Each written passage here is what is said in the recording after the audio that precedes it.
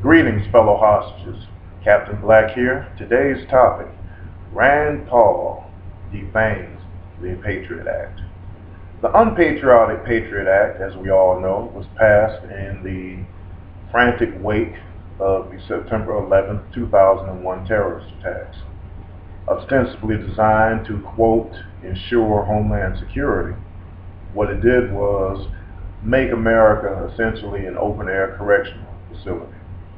American citizens became inmates with no right to privacy in any of their electronic communications.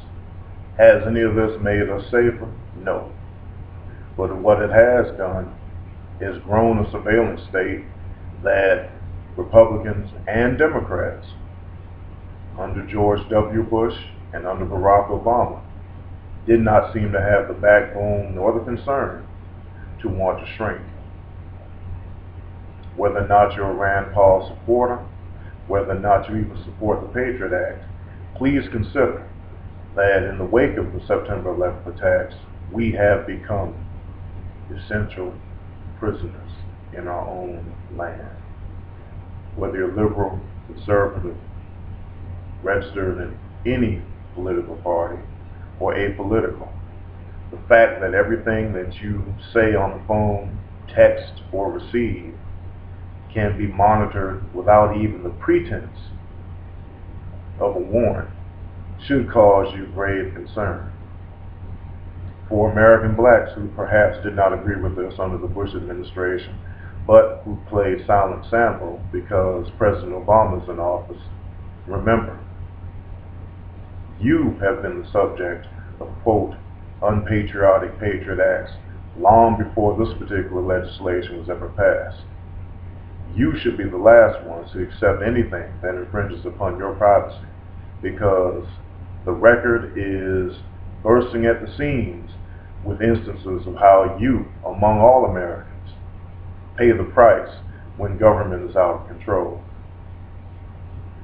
I'm sure that surveillance states in both parties will spend no small amount of effort and fear-mongering trying to reinstate the Patriot Act or some replacement which will be equally as invasive. Privacy may be a 19th century concept in their minds, but in the 21st century, none of us, to my knowledge, signed a piece of paper or cast a vote stating that we wanted to be inmates in our own country. However you may feel about Rand Paul, and I'm not a Rand Paul supporter per se, I do support the cause of privacy.